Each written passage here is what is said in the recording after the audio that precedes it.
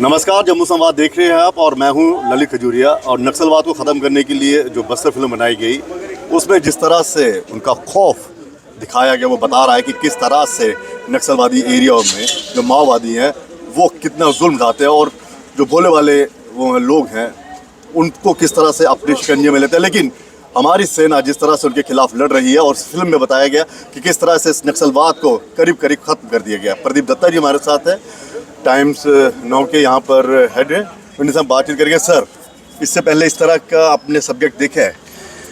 देखिए, बहुत अच्छा लगा कि अब ऐसी किस्म की फिल्में बन रही हैं, क्योंकि पहले जब फिल्में बना करती थी तो अक्सर हमने देखा था कि हमारे फौज को किस तरीके से पोर्ट्रे किया जाता था, डिमोनाइज किया जाता था। और ये पहली बार ऐसा है कि इकोसिस्टम को लेकर फिल्म बनी है। आप देखिए कि इकोसिस्टम जो कि काम कर रहा था, ओवर टाइम वर्क करता था। आप इस फिल्म में वही दर्शाया गया किस तरीके से एजुकेशन इंस्टीट्यूशन का इस्तेमाल किया जाता था, किस तरीके से मीडिया का इस्तेमाल किया जाता था, किस तरीके से बॉलीवुड का इस्तेमाल किया जाता था, किस तरीके से अखबारों में जो एक हेडलाइन दी जाती थी। लेकिन कोई भी शख्स उस जवान के लिए नहीं बोलता था, उस शख्स के लिए नहीं बोलता था जो सीने पर गोली खाने के लिए तैयार रहता था, उसके लिए कोई भी आवाज उठाता नहीं था। आप देखिए किस तरीके से ह्यूमन राइट्स लॉबी भी काम करती है। ह्यूमन राइट्स किस तरह से यहाँ पर आते थे उनको आप देखिए, ह्यूमन राइट्स लॉबी ने कभी भी बात नहीं करी हमारे फौज के उन जवानों के लिए। हमेशा उसका इस्तेमाल उन्होंने किया हमारे फौज के खिलाफ, हमारे देश के खिलाफ। मेरे ख्याल से ये एक जो मूवी जो बनी है, इससे लोगों की आंखें खुलेंगी और उन्हें पता चलेगा कि इकोसिस्टम कैसे ऑक्सीजन प्रोवाइड कर रहा था माओवादियों को, नक्सलवादियों को। ये देखिए, दो बहुत ही खतरनाक एक लीथल वेपन की तरह इस्तेमाल होता था। एक तो आप देखेंगे जो ये लेफ्ट जो इकोसिस्टम था लेफ्टिस्ट का और इस्लामिस्ट रेडिकल का, ये मिलकर काम करते थे। आपने देखा होगा फिल्म में भी दिखाया लश्कर तोयबा, लेफ्टिस्ट किस तरीके से मिलकर, यानी कि इस्लामिस्ट रेडिकल और लेफ्टिस्ट जो है इकोसिस्टम वो किस तरीके से काम कर रहा था भारत के बिल्कुल बिल्कुल। ये तो आपको पता ही होगा कि आज से अगर हम 8-10 साल पुरानी बात करें, इस सरकार से पहले की बात करें, तो ये खबरें उभर कर आई थी कि लश्कर तोयबा श्रीलंका जो लेटेंट से हाथ मिला लिया गया था। तो ये जो लड़ाई कहते हैं नक्सली की, हम गरीबों के लिए लड़ रहे हैं, हम उनकी भूमि के लिए लड़ रहे हैं, हम उद्योगपतियों से, उनको पूंजीवादियों से हम उसे बचाना चाहते हैं। तो इस लड़ाई में आपको क्या लगता है? मैं एक लाइन में कहूँगा, देखिए अगर आप बात सुनेंगे तो एक लाइन में, क्योंकि अगर इनके बारे में बात करें हम, जो ये बात जो चल रहे थे सो कॉल्ड इंटेलेक्चुअल, जो अपने आप को इंटेलेक्चुअल बुद्धिजीवी कहते थे और जो इकोसिस्टम का हिस्सा थे, मैं ये कहूँगा ये बस्तर में नहीं बल्कि ये उन माओवादियों, नक्सलवादियों, आतंकवादियों के बिस्तर में बैठकर काम करते थे और देश के खिलाफ मंसूबे बनाते थे। सर, दूसरा ये है इंटेलेक्चुअल्स की अगर हम बात करें, उन्होंने कभी भी सेना के प्रति अपनी हमदर्दी नहीं दिखाई। क्या ये पे रोल पर थे सारे के सारे? बिल्कुल। अब देखिए, मैं कई बार कई कॉन्फ्रेंसेस अटेंड कर चुका हूँ, मैंने जिसमें देखा है कि उन्होंने हमेशा हमारे भारत के जवान के खिलाफ बोला है, उन्होंने हमेशा हमारे भारत के संविधान के खिलाफ बोला है और एक ऐसा इंप्रेशन देने की कोशिश की है जैसे कि भारत सरकार एक आम गरीब को मार रही थी, जबकि हो रहा था कि किस तरीके से इंडोक्ट्रिनेट कर रहे थे, ब्रेन वॉश कर रहे थे। ये देखिए, इंस्टीट्यूशंस में नहीं इन्फिल्ट्रेट कर चुके थे, ये लोगों के दिमाग में इन्फिल्ट्रेट कर रहे थे।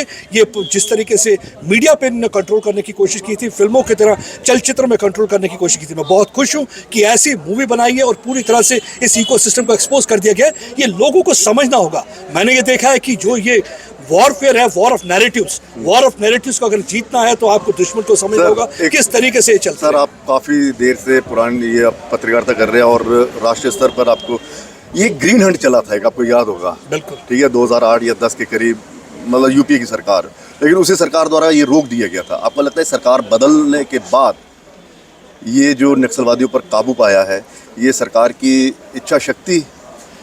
देखिए, पॉलिटिकल विल होना बहुत ज़रूरी है। जिस तरीके से सरकार ने दिखाया है कि उन्होंने जिस तरीके से नकेल कसी है, चाहे वो कश्मीर से लेकर कन्याकुमारी तक, कहीं भी हमने देखा है आतंकवादी संगठन है। सबसे बड़ी चीज़ थी जो टेरर फंडिंग, जो इन्हें फंड्स आ रहे थे, एनजीओ खोल दिया। एनजीओ के नाम पे आप लाखों करोड़ों रुपए ले रहे हैं और वो लाखों करोड़ों रुपए, वो जो आपका और मेरा टैक्स पेयर का मनी था, वो कहाँ जा रहा था? हम लोगों को मारने के लिए, हमारे फौज के उन जवानों को मारने के लिए, वो सीआरपीएफ के जवानों को मारने के लिए। और देखिए, लेकिन उनके लिए कोई नहीं बोलता था, वो सीने की पर गोली खाने के लिए हमेशा तैनात रहते थे। लेकिन अफसोस की बात यह थी कि ये जो so called human rights lobby इस तरीके से पेश करती थी। मैंने कई बार इनके साथ लड़ाई लड़ी है एज ए पत्रकार में। हमेशा मेरी कोशिश रही है कि किसी तरीके से भी डेसिमेट, डिमोलिश कर दिया जाए इनके फेक नैरेटिव को। बिकॉज लड़ाई अगर आपको लड़नी है तो फेक नैरेटिव के खिलाफ लड़नी होगी और इसके लिए आपको ये देखना होगा कि ये हमारे जहन में ये इन्फिल्ट्रेट ना कर पाए और उसके लिए हमें युवक को जागरूक करना होगा, हमारे अपने देश के लोगों को जागरूक करना होगा। ये एक पहला कदम है, सराहनीय कदम है,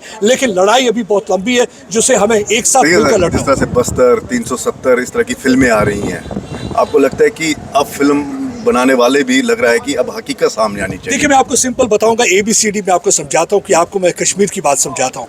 देखिए किस तरीके से जब कश्मीरी पंडितों का पलायन हुआ इतने सालों क्या होता रहा। एक ए जिसे कहते हैं अपीजमेंट पॉलिटिक्स, यानी कि आप उनको अपीज करिए उन अलगाववादी तत्वों को जो कि हमारे देश के खिलाफ थे। बी ब्लेमिंग अदर्स, हमने देखा जब कश्मीरी पंडितों को उन्होंने निकाल दिया तो उन्होंने गवर्नर जगमोहन उस टाइम जो थे उसको ब्लेम कर दिया।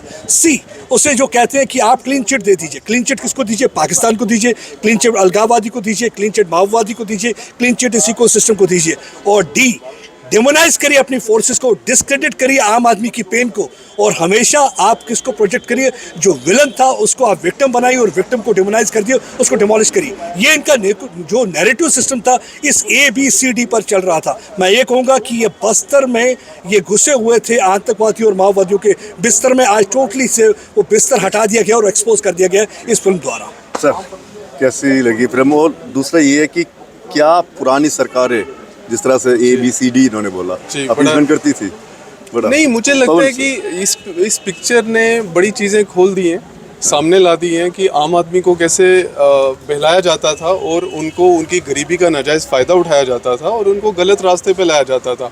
और इसमें कहीं ना कहीं सरकारों की भी गलती रही है, जो आज मुझे लगता है इस पिक्चर ने पूरा इस नैरेटिव को एक्सपोज किया है। सर अब कुछ लोग आ जाएंगे पवन सर कि कहेंगे ये प्रोपेगेंडा वाली फिल्म है। देखिए ये 2010 तक की फिल्म है। उस समय की जो सरकारें थी उनमें बिल पावर नहीं थी। बस्तर, सुकमा, गढ़चिरौली, जितना भी इलाका, उस इलाके में जो रेड कॉरिडोर पूरा जो था डिस्ट्रिक्ट्स के अंदर, वहाँ छत्तीसगढ़, दंतेवाड़ा, जितने भी इलाके थे वहाँ पर कैजुअलिटी पर कैजुअलिटी होती थी।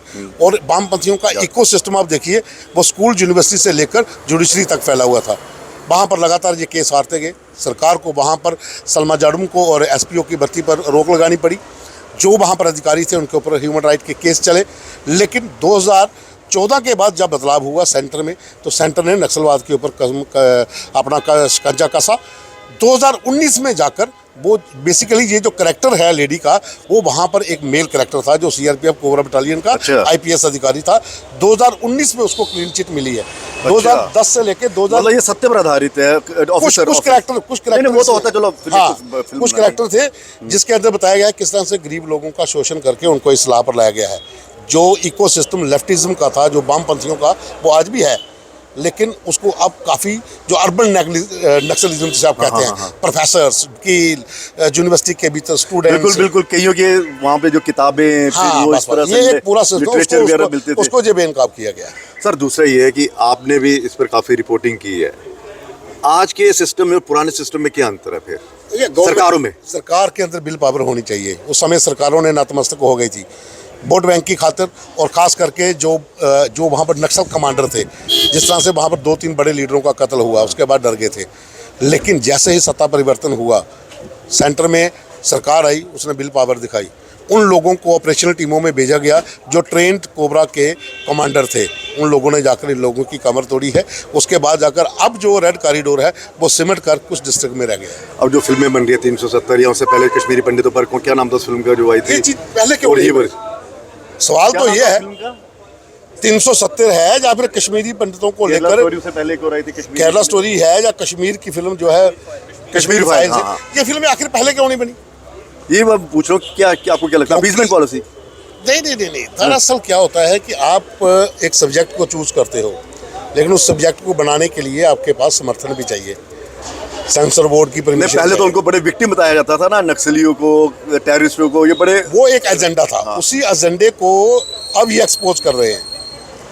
ये जो डायरेक्टर जिसने फिल्म बनाई है, जो कश्मीर फाइल्स जिसने बनाई है, या दूसरी फिल्में बनी है, 370 बनी है, केरला स्टोरी बनी है, ये अब एक्सपोज कर रहे हैं उस पूरे इको सिस्टम को जो पहले डायरेक्टर्स नहीं कर पाए थे, क्योंकि सरकार की सपोर्ट सेंसर बोर्ड से भी होती है। अच्छा, फिल्म बना भी लो, चलाओगे कहाँ? मतलब जब सत्ता का परिवर्तन आता है तो ये परिवर्तन सब होता है। ये पूरा इकोसिस्टम अब एक्सपोज हो रहा है। चलिए, बहुत बहुत शुक्रिया। तो इकोसिस्टम एक्सपोज हो रहा है और ये फिल्म जो है लोगों को देखनी चाहिए कि जो लोग इन नक्सलियों का समर्थन करते हैं, जो कहते हैं कि गरीबों के लिए काम करते हैं, जो ज़मीन, जो भूमिहीन होते हैं उन लोगों के लिए काम करते हैं, उद्योगपति जो है वो कहते हैं जी इनकी ज़मीनें छीन लो, उनके खिलाफ ये बोलते हैं, हक के लिए बोलते हैं। ऐसा कुछ नहीं है। ये एक ऐसी लड़ाई है, एक ऐसा छद्म युद्ध है जिसे सरकार ने कहीं ना कहीं इस पर काबू पाया है और अब उम्मीद ये की जा रही है कि ऐसी और भी फिल्में बनेगी जो हकीकत बताएंगी कि आखिर किस तरह से अपीजमेंट पॉलिसी चलती रही और अब सरकार बदलने के बाद किस तरह से सरकार इनके साथ दो दो हाथ कर रही है और सीधा टारगेट कर रही है कि हाँ अब आपके दिन पूरे हो गए हैं। फिलहाल इजाज़त दीजिए, नमस्कार। और दर्शकों को ये फिल्म देखनी चाहिए, पता चलना चाहिए ये बस्तर, ये कोई सिर्फ आप ऐसे मत कि देखिए कि हाँ जी बड़े अच्छे एक्शन सीन है, बड़ी अच्छी डायरेक्शन, बड़ी अच्छी एक्टिंग है। ये सत्य वहाँ पर दिखाया हुआ है, हकीकत दिखाई हुई है। फिलहाल इजाज़त दीजिए, नमस्कार।